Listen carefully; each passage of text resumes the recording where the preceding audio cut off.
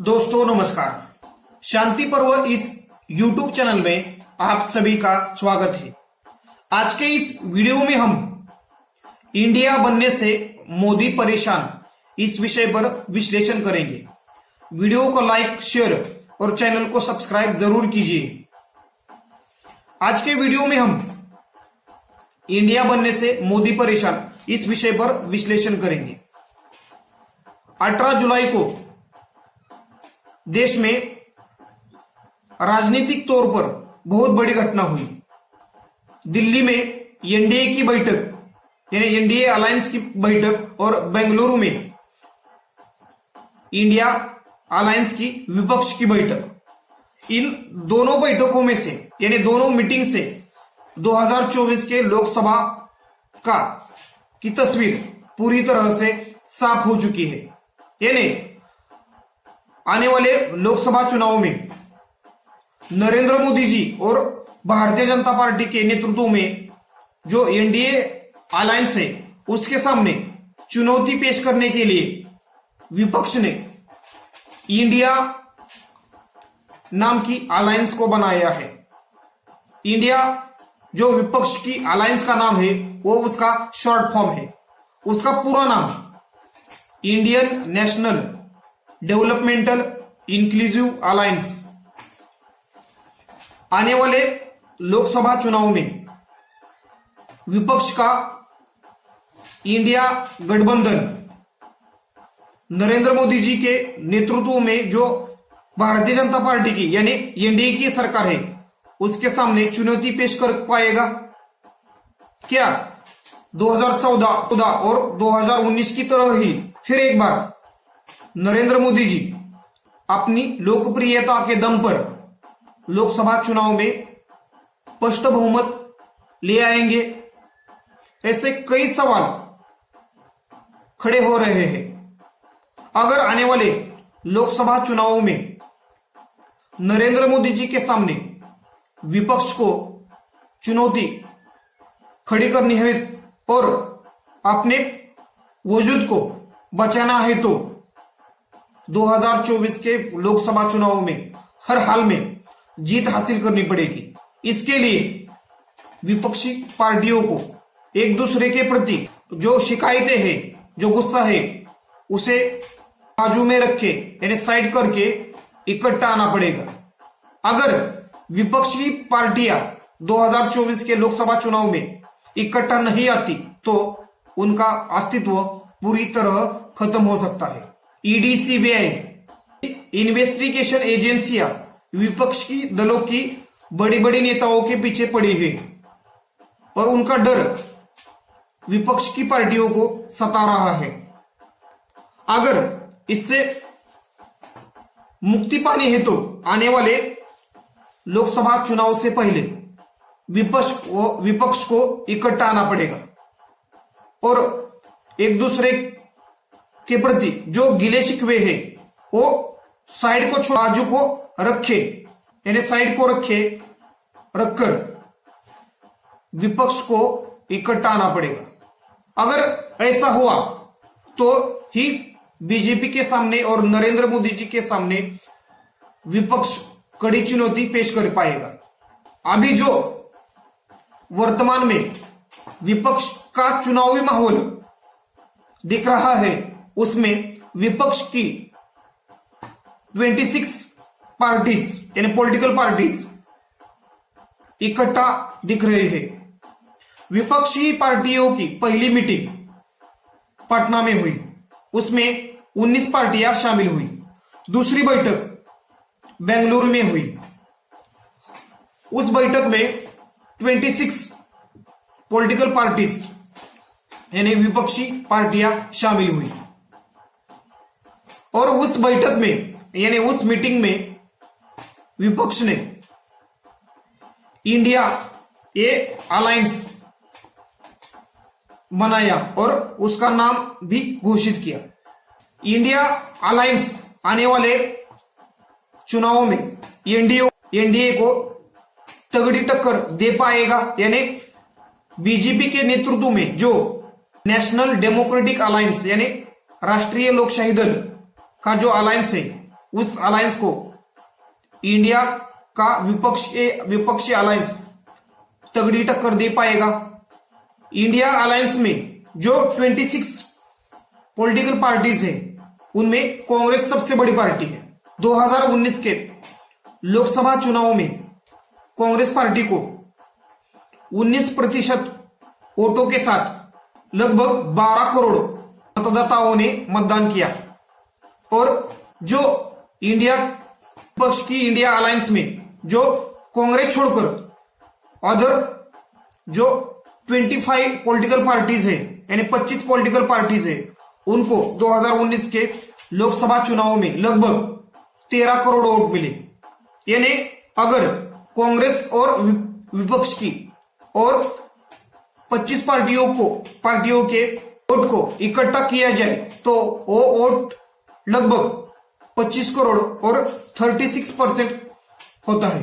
दूसरी तरफ 2019 के लोकसभा चुनाव में भारतीय जनता पार्टी को लगभग 37% वोट मिला यानी 22 करोड़ वोट मिले और बीजेपी के साथ जो अदर 36 पार्टीज जो एनडीए के मीटिंग में शामिल हुई उनको 2 करोड़ के आसपास वोट मिले यानी बीजेपी को 24 करोड़ के आसपास, बीजेपी अलायंस को यानी एनडीए अलायंस को 2019 के चुनाव में लगभग 24 करोड़ वोट और लगभग 42% वोट मिले। यानी चुनावी गणित की बात करें यानी चुनावी समीकरण की बात करें तो अभी भी जमीनी स्तर पर इंडिया गठबंधन से ताकतवर एनडीए गठबंधन दिख रहा है। अगर आने वाले चुनाव में एनडीए को पराजित करना है या उसे डिफीट करना है तो इंडिया गठबंधन को और विपक्षी दलों को अपने साथ जोड़ना पड़ेगा और अपना एक चुनावी नैरेटिव खड़ा करना पड़ेगा। इसके लिए बीजेपी का नरेंद्र मोदी जी की लोकप्रियता, बीजेपी का हिंदुत्व नैरेटिव यानी नेशनलिज्म, बीजेपी का पॉलिटिकल ऑर्गेनाइजेशन यानी पार्टी ऑर्गेनाइजेशन, इसके विपरीत विपक्ष को भी अपना एक नैरेटिव खड़ा करना पड़ेगा। इसके लिए कांग्रेस को अपना संगठन और विपक्ष का कॉमन मिनिमम प्रोग्राम है उसमें जो जनता के सवाल है, जनता की जो परेशानियां है उनको शामिल करना पड़ेगा। 10 साल से नरेंद्र मोदी जी के नेतृत्व में भारतीय जनता पार्टी की और एनडीए की सरकार चल रही है, लेकिन इन 2 सालों में इस सरकार के खिलाफ जनता में गुस्सा बढ़ रहा है। बढ़ती महंगाई, बेरोजगारी और बढ़ती आर्थिक विषमताएं और इतर परेशानियों से जनता त्रस्त है। ऐसे में इस चुनावी माहौल का फायदा उठाने के लिए विपक्ष को और कांग्रेस पार्टी को तैयार रहना पड़ेगा। दूसरी तरफ कांग्रेस पार्टी भारत जोड़ो यात्रा के बाद एकजुट दिख रही है और कांग्रेस पार्टी के नेता राहुल गांधी की छवि में काफी सुधार आ चुका है यानी उनकी छवि में पूरी तरह से चेंज आ चुका है। उनकी लोकप्रियता में भी वृद्धि हो चुकी है यानी बढ़ोतरी हो चुकी है। 2024 के लोकसभा चुनाव से पहले राजस्थान, छत्तीसगढ़ और मध्य प्रदेश और तेलंगाना इन राज्यों में विधानसभा चुनाव होने वाले हैं। अगर इन चारों राज्यों में कांग्रेस पार्टी चुनाव जीत जाती है तो कांग्रेस के पक्ष में चुनावी माहौल अच्छी तरह से मजबूती से बन जाएगा। लेकिन 2018 में राजस्थान, छत्तीसगढ़ और मध्य प्रदेश इन तीनों राज्यों में कांग्रेस ने विधानसभा चुनाव में जीत हासिल की, लेकिन उसके बाद हुए 2019 के लोकसभा चुनाव में कांग्रेस बीजेपी से हार गई। आने वाले लोकसभा चुनाव में ऐसा होगा क्या, ऐसे भी सवाल खड़े किए जा रहे हैं कि वह सवाल पूछे जा रहे हैं। ऐसी चर्चा में होती दिख रही है। अगर आने वाले लोकसभा चुनाव में इंडिया अलायंस इकट्ठा रहता है, इंडिया अलायंस में जो 26 पार्टीज है, अगर उनमें और भी पार्टियां इस अलायंस, विपक्षी अलायंस में शामिल होती है तो उस अलायंस की ताकत बढ़ सकती है। अभी भी इस अलायंस से यानी विपक्ष की अलायंस से बहुजन समाज पार्टी यानी बीएसपी, वाईएसआर कांग्रेस यानी जगन मोहन रेड्डी जी की पार्टी, बीजू जनता दल, भारत राष्ट्र समिति, ऐसे बड़े पार्टियां अभी भी इस विपक्ष की गठबंधन से दूर है। अगर आने वाले चुनाव से पहले ये पार्टियां विपक्ष की गठबंधन में शामिल होती है तो विपक्ष को ताकत मिलेगी। अगर ये पार्टियां एनडीए में शामिल हुई तो एनडीए और मजबूत होगा। ऐसे में विपक्ष को आने वाले चुनाव में जीतने के लिए हर संभव और हर मुश्किल को आसान करने वाले प्रयास करने होंगे।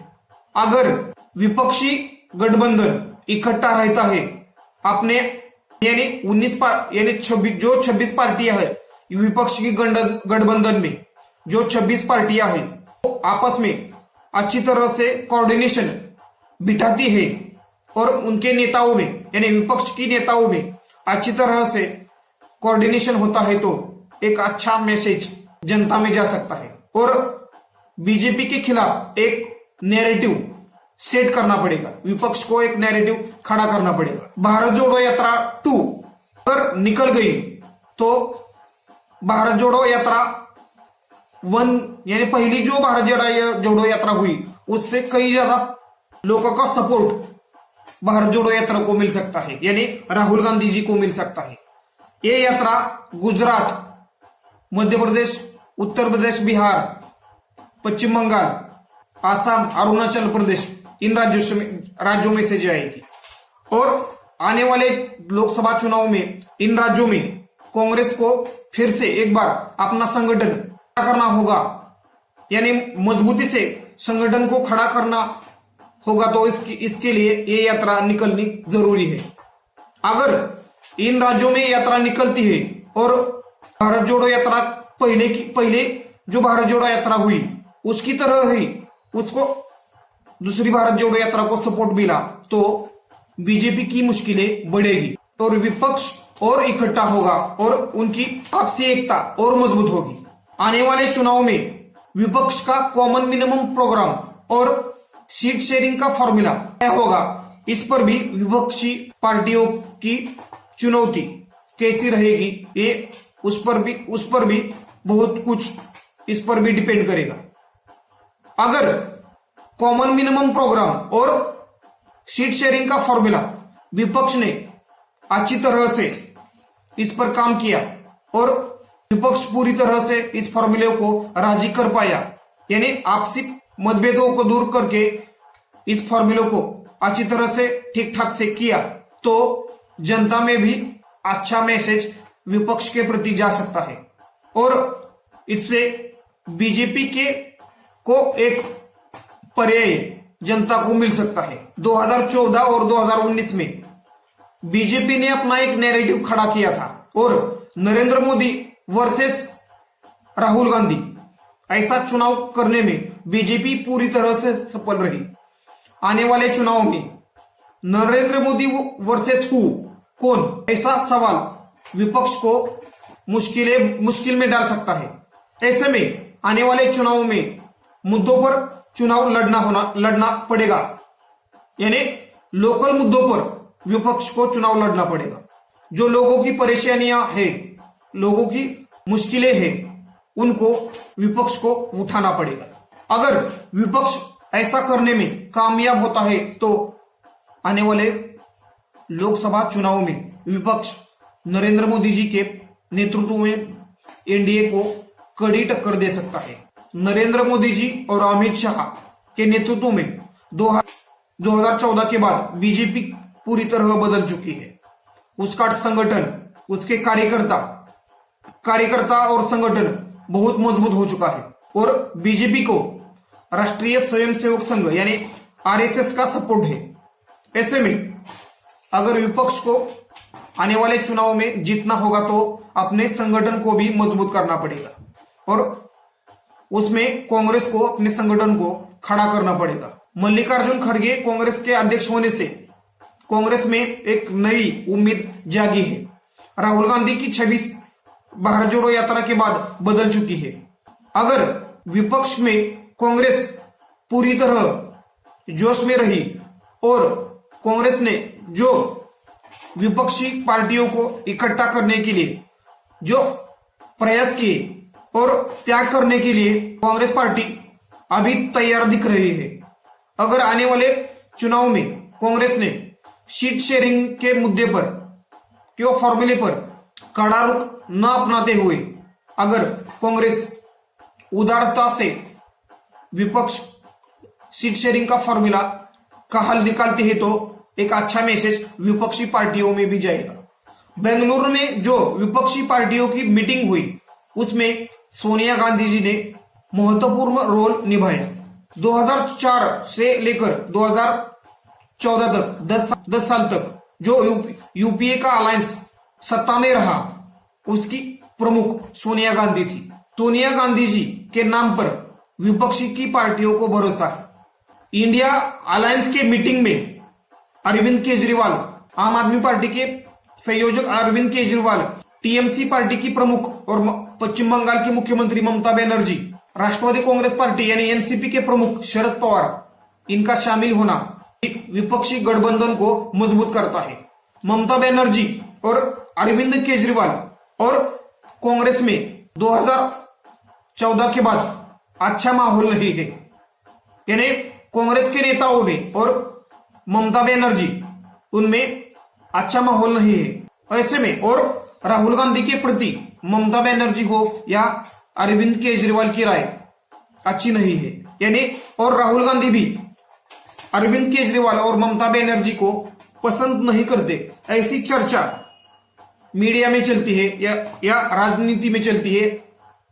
ऐसे में अपने गिले शिकवे बुलाकर ये सभी नेता इकट्ठा हुए हैं, इसका अच्छा मैसेज जनता में गया है और राहुल गांधी ने विपक्ष को इकट्ठा करने के लिए जो भी प्रयास किए उन प्रयासों की सराहना हो रही है। अगर राहुल गांधी आने वाले चुनाव में यानी कांग्रेस पार्टी आने वाले चुनाव में पीएम पद के लिए अपना दावा छोड़ सकती है, यानी पीएम पद के ऊपर उनका कोई दावा नहीं है, ऐसा स्टेटमेंट कांग्रेस अध्यक्ष मल्लिकार्जुन खड़गे जी ने किया है। इससे पता चलता है कि कांग्रेस विपक्षी गठबंधन यानी इंडिया अलायंस को इकट्ठा करने के लिए हर संभव कोशिश करेगा। अगर विपक्षी अलायंस यानी इंडिया ये मजबूत होता है तो और मजबूती से इकट्ठा होता है, ये नेता म्हणजे विपक्षी अलायंस के नेता अगर अपने अहंकार और अपने गिले शिकवे दूर करके इकट्ठा होते हैं तो नरेंद्र मोदी जी के सामने कड़ी चुनौती इंडिया अलायंस पेश कर सकता है और 2024 के लोकसभा चुनाव में नरेंद्र मोदी जी को और बीजेपी को और एनडीए अलायंस को पराजित कर सकता है। इसके लिए विपक्ष को इकट्ठा होना पड़ेगा। धन्यवाद। वीडियो को लाइक, शेयर और चैनल को सब्सक्राइब जरूर कीजिए।